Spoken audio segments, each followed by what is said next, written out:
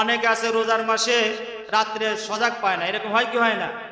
এই সজাগ পায় না, এরপরে মনে করে যে আমার তো রোজা হবে না, রোজা সে আমি কি করব, রোজা ভাঙ্গিয়ে ফেলি। না, রোজা ভাঙ্গা যাবে না। এইভাবে না খেয়ে রোজা রাখছে না, এরকম আছে না অনেক লোক। আমরাও তো বছরে দুই একবার আমরা এরকম রাত্রে কেউ সজাগ পাই না, না খেয়ে রাখি, দেখবেন আরো শান্তি লাগে। না খেয়ে রোজা রাখলেও, খাইয়ে রোজা রাখলেও যা, না খেয়ে রোজা রাখলেও তাই। আর একটা কথা মনে রাখবেন, আমি গত জুমায় বলেছিলাম, কোন নবীর উম্মতের জন্য ভোর রাত্রে খাওয়ার ব্যবস্থা ছিল না।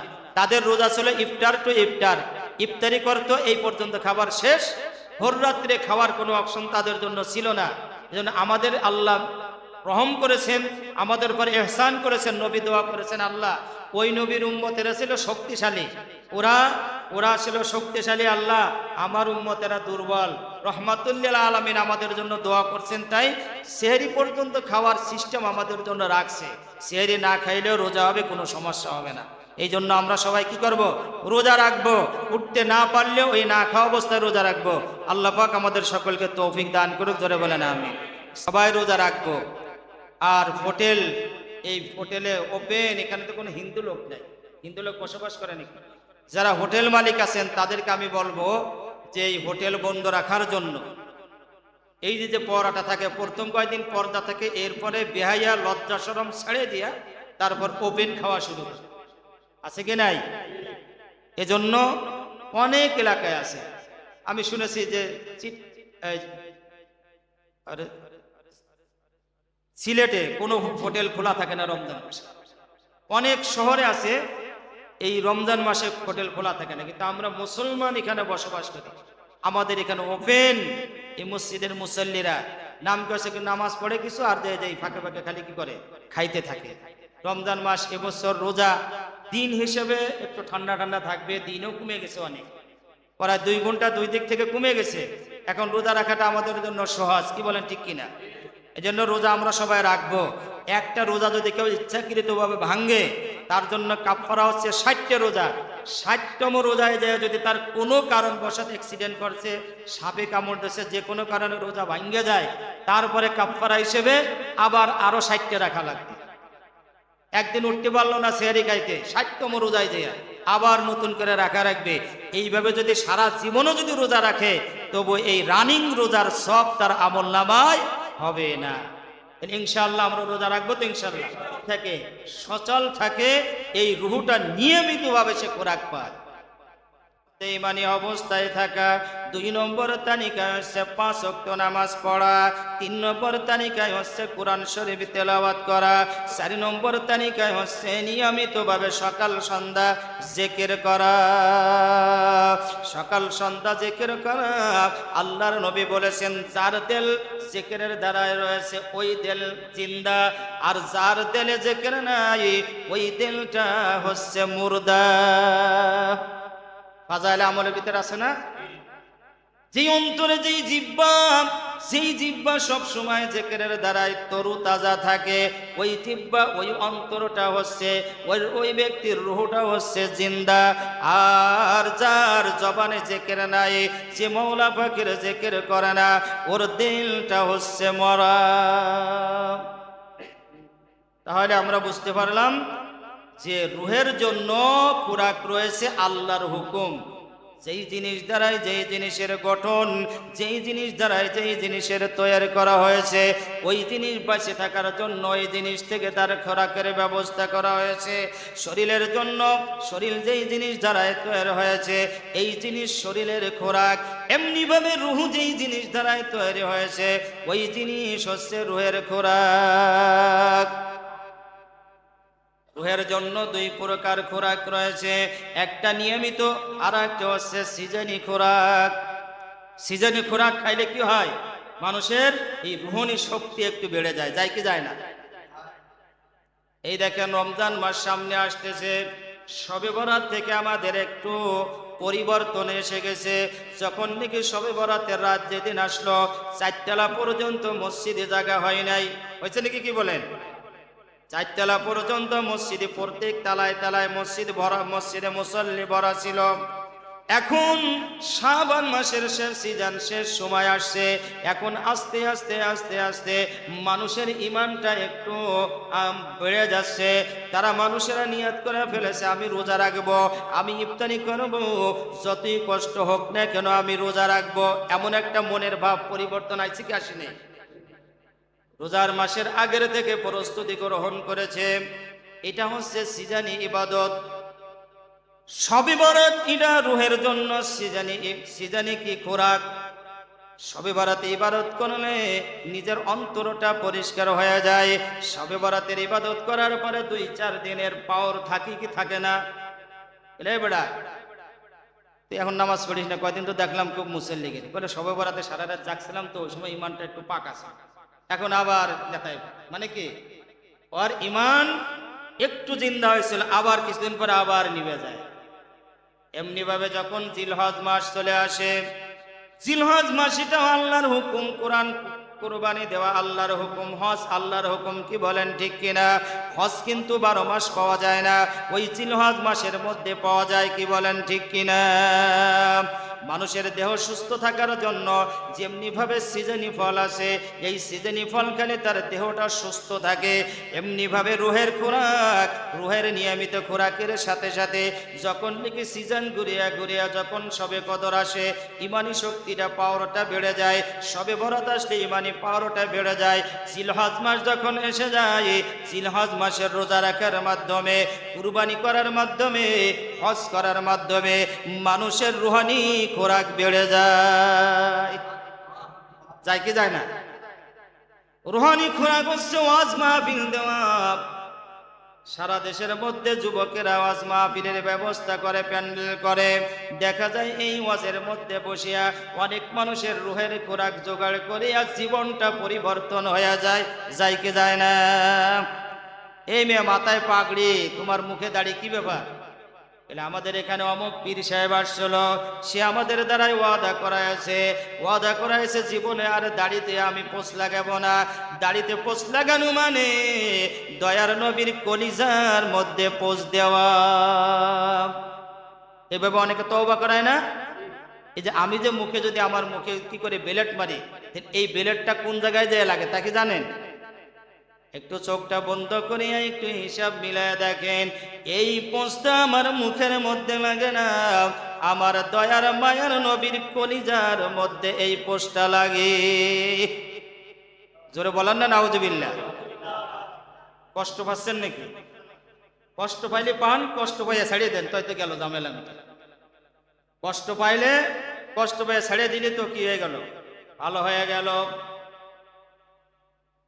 এমনি ভাবে রুহের জন্য সিজনি খোরাক রয়েছে, তার মধ্যে সবচেয়ে উন্নত সিজন হচ্ছে রমজান মাস, মাহে রমজান মাস।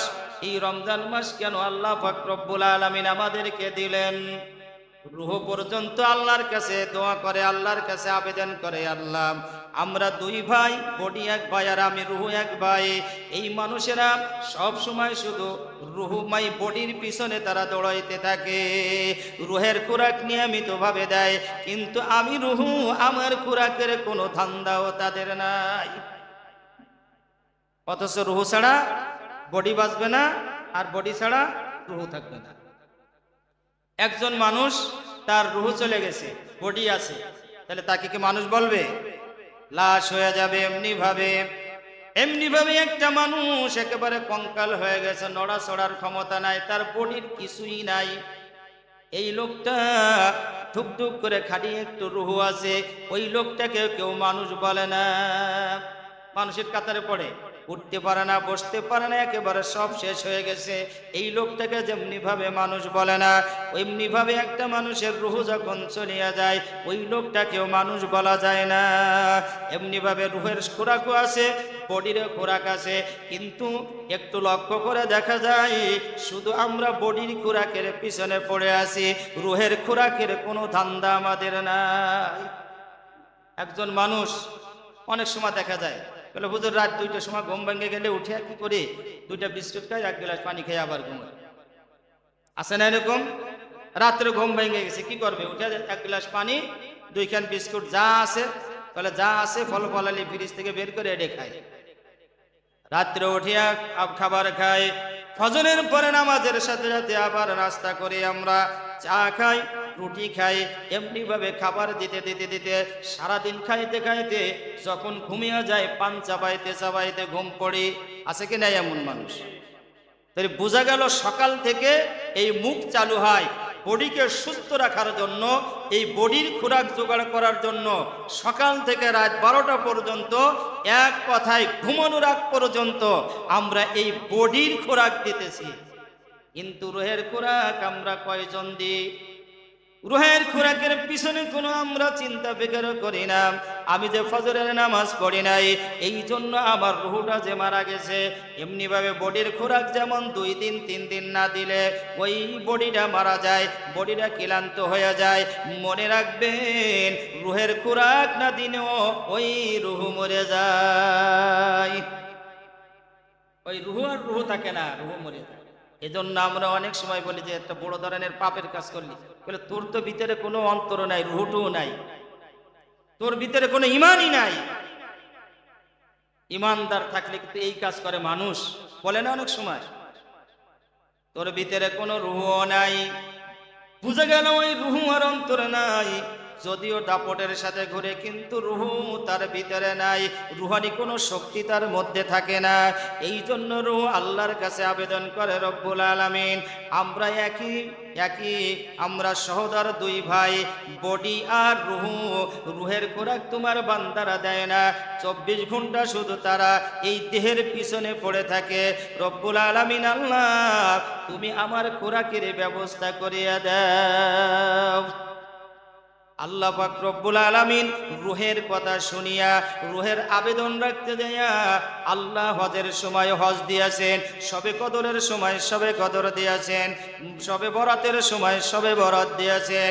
মাহে রমজান আল্লাহ পাক রব্বুল আলামিন এই রুহের খোরাকের জন্য রেখেছেন। সুবহানাল্লাহ। এবার রুহকে বলতেছেন, আল্লাহ তোমার কোনো টেনশন নাই, ব্যবস্থা আমি করতেছি। রুহ ডাক দিয়া বলে, আল্লাহ 12 মাস তো আমাকে খুব সুন্দর খাবারের ব্যবস্থা করে না, এই 1 মাসে আমি খাবার খাই আমার লাভটা কি? আল্লাহ পাক রব্বুল আলামিন বলে, শান্ত হও, তোমার জন্য সুন্দর ব্যবস্থা করে দিতেছি। 11 মাসের ঘাটতি আমি আল্লাহ রুহ তোমাকে 1 রমজান মাসে আমি পূরণ করে দেব। সুবহানাল্লাহ। কেমনি ভাবে সেটা? আল্লাহর নবী হাদিসের মধ্যে বলেন, এই রমজানের 2-1 দিন আগে একটা বক্তব্য দিয়েছেন। এখন তো মিডিয়ালারা বক্তব্য রেকর্ড করে রাখে।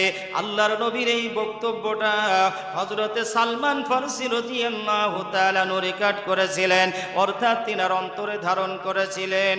আন সালমান আল ফারসি রাদিয়াল্লাহু তাআলা আনহু ক্বালা খাতাবানা রাসূলুল্লাহ সাল্লাল্লাহু আলাইহি ওয়াসাল্লাম, ইয়া আইয়ুহান নাস قد أضلكم شهر عظيم شهر فيه ليلة خير من 1000 شهر سبحان الله।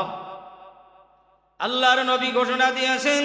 হযরত সালমান ফারসি রাদিয়াল্লাহু তাআলা আনহু বলেন, এই রমজানের 1 দিন 2 দিন আগে আল্লাহর নবী একটা ঐতিহাসিক ভাষণ দান করেছিলেন।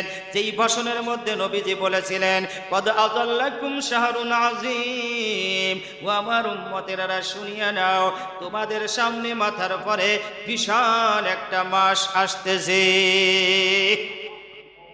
শাহরুন আযীম বলেছেন, শাহরুন আযীম, বড় একটা মাস আল্লাহ পাক রব্বুল আলামিন তোমাদের মাথার পরে ফিট করে রেখেছেন।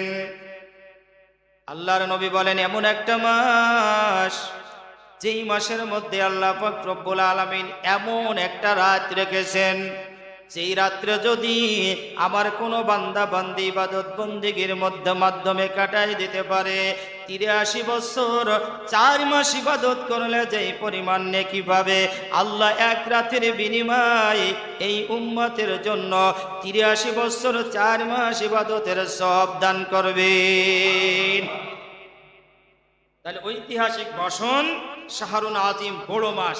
তাহলে বড় মাস কেমনে বড় মাস হলো? আমরা বলি না অনেক সময় একটা মানুষ সামনে দিয়ে গেলে এ খুব বড় মাপের লোক, বড় মাপের লোক বলি না, এর বিশাল শিল্পপতি। এই কথা বলার দ্বারা কি ওর হাত পা বড় হয়ে গেছে না? ওর কি বিশাল 8 হাত লম্বা বা 20 হাত লম্বা 200 হাত লম্বা লোকটা? লোকটা তো লোকের জায়গায় আছে, কিন্তু বিভিন্ন সময় বিভিন্ন ভাবে আমরা বলি শিল্পপতি হলে কিন্তু এ বিশাল এক লোক, 20,000 লোক তার অধীনে কাজ করে। এই লোকটার অনেক বড় পাওয়ার, বিশাল বড় ব্যক্তিত্ব, তার এক সিগনেচারে অনেক কিছু সরকারি পাস হয়, আছে কিনা এরকম লোক? গায়ে পায়ে মানায় না, কিন্তু তার কলমে বড় পাওয়ার, দেখতে শুনতে মানায় না, হাজার হাজার বিঘা জমির মালিক, অনেক অনেক বড় বড় ব্যবসা প্রতিষ্ঠানের মালিক, অনেক বিল্ডিং এর মালিক। আমরা যেমনি ভাবে বলি তো লোকটা কিন্তু বড় মাপের মানুষ, এমনি ভাবে আল্লাহর নবী বলেছেন বড় মাস আসতেছে। বড় মাস দ্বারা এটা উদ্দেশ্য নাই অন্য মাস 29 তারিখ 30 তারিখে যাবে আর এই মাসটা 6 মাসে একটা মাস যাবে, এটা উদ্দেশ্য নাই। মাসের জায়গা মাস থাকবে, কিন্তু এই মাসের পাওয়ার অনেক বেশি। বুঝাইছে? আল্লাহর কাছে আবেদন করে রুহু ডাক দেয়া বলে, আল্লাহ এই 11 মাস তোমার বান্দা বান্দিরা আমার নিয়ে কোনো ফিকির তারা করে না। আল্লাহ তুমি আমার জন্য রমজান মাস বড় অফার হিসেবে দিয়েছ রব্বুল আলামিন। আল্লাহ এই 1 মাসে আমার কি খোরাক জোগাড় করবে? আল্লাহ বলতেছেন থামরে রুহু থামো, এই 11 মাসের ঘাটতি আমি আল্লাহ আমার বান্দা বান্দিদের জন্য পূরণ করার সুযোগ করে দেব। যেই কারণে মানুষেরা গুনার কাজ করে, রুহের পরে মারাত্মক ধরনের ক্ষতি করে, রুহকে শেষ করিয়া দেয়, ওই জিনিসটা হচ্ছে ইবলিস শয়তান। কি বলেন? ইবলিস শয়তান। আল্লাহ পাক রব্বুল আলামিন এই রমজানের খাতিরে আগে সমস্ত শয়তানকে সিলসিলাতিশ শায়াতিন ওয়া মারাদাতুল জিন, সমস্ত অবাধ্য জিন শয়তান যারা আছে এদেরকে শিকল বন্দি করা হয়। সুবহানাল্লাহ বলেন। রোজার ভিতর যে গ্যাঞ্জাম গুলো যোগ, এই যা করাবে, যারাই ফিতনা ফাসাদ করবে এদেরকে সর্বপ্রথম কি করে বাঁধে রাখে? আল্লাহ পাক রব্বুল আলামিন বলেন ওয়াগুল্লিকাত আবওয়াবু জাহান্নাম, জাহান্নামের সমস্ত দরজা বন্ধ করে দেওয়া হয়, যাতে করিয়া আবার কোনো একটা বান্দা খারাপ আমল করিয়া জাহান্নামে যেতে না পারে। এই জন্য রমজানের খাতিরে, রমজানের সম্মান অর্থে আমার আল্লাহ পাক রব্বুল আলামিন জাহান্নামের দরজা বন্ধ করিয়া দেন। ফেরেশতাদেরকে ডাক দিয়া বলেন, আল্লাহ ডাক দিয়া বলেন ও আমার ফেরেশতারা রে, এই রোজাদার বান্দাদের জন্য রোজার খাতিরে, এই রমজানের খাতিরে জান্নাতকে সুসজ্জিত করো এবং জান্নাতের 8টা গেট খুলিয়া রাখো, যাতে করে আমার পাপী গুনাহগার বান্দারা তওবা করিয়া রুহের খোরাক জোগাড় করিয়া তারা আস্তে আস্তে আমার বান্দারা আমার জান্নাতের উপযুক্ত হইয়া যায়। يا أيها الذين آمنوا كتب عليكم الصيام كما كتب على الذين من قبلكم لعلكم تتقون। আল্লাহ পাক রব্বুল আলামিন বলেন, ঈমানদারেরা রে, আমি তোদের উপরে রোজাকে ফরজ করেছি যেমনি পূর্বের নবীর উম্মতের জন্য রোজা ফরজ ছিল। এই জন্য যে তোমরা যাতে করে ক্ষুধার্ত রুহের খোরাক জোগাড় করতে সক্ষম হও। তাহলে বোঝা গেল আমাদের রুহের খোরাক, আমাদের রুহটা না খেয়ে থাকে, 11 মাস ক্ষুধার্ত অবস্থায় থাকে। আমরা অনেক মানুষ আছে যে পুরো 11 মাস আমরা নামাজও পড়ি না, কোনো ভালো কাজও করি না। এই ব্যক্তির রুহটা এই 11 মাস না খেয়ে থাকে। এই জন্য মুফাসসিরিনগণ বলেছেন এই রমজান মাসকে আমি এই জন্য দিয়েছি যাতে করে আমার বান্দা বান্দিরা এই রোজার ইবাদত বন্দেগীর মাধ্যমে ক্ষুধার্ত রুহের খোরাক জোগাড় করতে পারে। আল্লাহ কেমনি ভাবে রুহের চাহিদা পূরণ করেন? আল্লাহ বলেন, রুহরে আমার বান্দারা 11 মাস তোমার খোরাকের ব্যবস্থা করে নেই, আমি একটা মাসে এত বড় সুবর্ণ সুযোগ রেখেছি। আমার বান্দারা একটা নফল ইবাদত করবে, একটা নফল ইবাদত করার সাথে সাথে মান আদ্দা ফীহি বিখাসলাতিন কানা কামান আদ্দা 70 ফরিজাতান ফীমা সাওয়া। আল্লাহর নবী বলেন, এই মাহে রমজানে যদি কেউ একটা নফল ইবাদত বন্দেগী করে, আল্লাহ পাক রব্বুল আলামিন অন্য মাসের ফরজের সমান সব তার আমলনামায় লিখিয়া দেন। ومن أدى فريضة فيما سواه كان كمن أدى 70 فريضة فيما سواه। আল্লাহর নবী বলেন, আমার কোন উম্মতেরা যদি এই রমজান মাসে একটা ফরজ ইবাদত করে, ফরজ পালন করে, আমার আল্লাহ পাক রব্বুল আলামিন তার আমলনামায় 70টা ফরজ আমল করার সব লিখিয়া দেয়। এমনি ভাবে এক রোজা যদি কোনো মানুষ এই ইবাদত করে, ফরজের জায়গায় ফরজ করে, নফলের জায়গায় নফল করবে, কিন্তু সে সব পেয়ে যাবে ফরজের জায়গায় এক ফরজ আদায় করবে, 70টা ফরজের সব পেয়ে যাবে।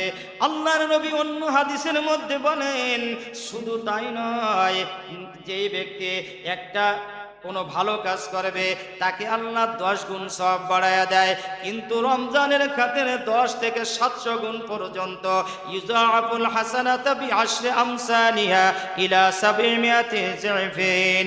বান্দার আমলকে আল্লাহ 700 গুণ পর্যন্ত বৃদ্ধি করিয়া দেয়। এক আমলের কারণে কয়শো? 700 গুণ পরিমাণ। আর যদি সেই আমলটা সবে কদর নামক রাত্রে হয়, 7000 কোটি গুণ, তার কোনো হিসাব আল্লাহ পাক রব্বুল আলামিন বান্দাকে বোঝার ক্ষমতা দেয় নাই। আল্লাহর নবী বলেন, সমস্ত ইবাদতের আমলের হিসাব আল্লাহ পাক রব্বুল আলামিন বান্দার সামনে তুলে ধরেছে। এই আমল করলে এই নেকি দেওয়া হবে, এই আমল করলে এই সওয়াব দেওয়া হবে, কবরের আযাব হাটাই দেওয়া হবে রে, পুলসিরাত ডান হাতে দেওয়া হবে, বিনা হিসাবে জান্নাতে যাওয়া যাবে। এমনি ভাবে আল্লাহ পাক রব্বুল আলামিন প্রত্যেকটা আমলের ঘোষণার সাথে সাথে দিয়ে দিয়েছেন। ইল্লাস সাওম, আল্লাহর নবী বলেন, আল্লাহ পাক রব্বুল আলামিন রোজার সওয়াবের ঘোষণা দেয় নাই। এই রোজার সওয়াবের ঘোষণা আল্লাহ পাক রব্বুল আলামিন নিজের কাছে রেখে দিয়েছেন। সমস্ত ইবাদতের সুসংবাদ সওয়াবের ঘোষণা আল্লাহ দিয়েছেন। ইল্লাস সাওম, আল্লাহ পাক আল্লাহর নবী বলেন, আল্লাহ বলেছেন কেবলমাত্র রোজা। রোজা, এই রোজার সওয়াব ফাইন্নাহু লি, আল্লাহর নবী বলেন, আল্লাহ বলেছেন ফাইন্নাহু লি, আমার বান্দা বান্দীরা রোজা রেখেছেন কেবলমাত্র আমারই জন্য। কার জন্য? ফাইন্নাহু লি ওয়া আনা আজসি বি, আর এর প্রতিদান আমি আল্লাহ নিজে হাতে দিব। অন্য আমলের ক্ষেত্রে কি কবর আযাব হাটায় দেবে? 5 ওয়াক্ত নামাজ পড়লে কবরের আযাব তার থাকবে না। সব কিছুর ঘোষণা আছে, কিন্তু রোজার কথা আল্লাহ বলেছেন যে ফাইন্নাহু লি, এই রোজার প্রতিদান আমি আল্লাহ নিজে দেব। ফাইন্নাহু লি, কেননা এই রোজা কেবলমাত্র আমারই জন্য। ফাইন্নাহু লি বললেন কেন? সমস্ত ইবাদতের মধ্যে ভেজাল থাকতে পারে। আমি নামাজ পড়তেছি, মানুষেরা আমাকে কি বলবে? বুড়ো হয়ে গেছি, যদি নামাজ না পড়ি মানুষেরা কি বলবে? এমন হতে পারে না? এরকম হইতে পারে না? আমি যদি ওই ইবাদত না করি, আমি যদি হজ না করি, মানুষেরা কি বলবে? আমি যদি ঈদের নামাজ না পড়ি, মানুষেরা কি বলবে? এমনি ভাবে প্রত্যেকটা জিনিসের মধ্যে শিরক থাকতে পারে, কিন্তু আল্লাহ পাক রব্বুল আলামিন বলেন এই রোজার মধ্যে কোনো মানুষকে দেখানোর সিস্টেম নাই, কোনো শিরক এখানে হয় না। রোজার নাম হচ্ছে সবে সাদেক থেকে নিয়ে সূর্য ডোবা পর্যন্ত আমার বান্দারা আমারই জন্য রোজা রাখে। আমার বান্দা যখনই একাকী ঘরের মধ্যে থাকে, প্রচন্ড ক্ষুধার মধ্যে, চাইলে নিজে নিজে কিছু খাইতে পারতো, কিন্তু আমার বান্দা আমার জন্য খাই নাই। কার জন্য খাই নাই? আমি আল্লাহর সন্তুষ্টির জন্য খাবার খাই নাই, আমি আল্লাহর জন্য সে রোজা রেখেছে। ফাইন্নাহু লি ওয়া আনা আজজি বি। এই জন্য আমার বান্দা কেবলমাত্র আমার সন্তুষ্টির জন্য রোজা রেখেছে, সুতরাং এই প্রতিদান আমি আল্লাহ নিজে হাতে দেব। তাহলে রোজাটা সেইভাবে রাখতে হবে না, কি বলেন? সেইভাবে রোজা রাখবো তো ইনশাআল্লাহ। যারা অন্য অন্য বছর গ্যাস্ট্রিক বিভিন্ন এই সমস্যা সেই সমস্যার কথা বলে, আমরা কি করি? রোজা রাখি না, বাহানা করতে থাকি। ভাই বাহানা ছেড়ে দিয়া, এখনো রোজা শুরু হয় নাই, 2 দিন পরে রোজা শুরু হয়ে যাবে ইনশাআল্লাহ। আমরা প্রগাঢ় নিয়ত করি এখনই যে রোজা রাখবোই রাখবো। রোজা রাখবো তো ইনশাআল্লাহ।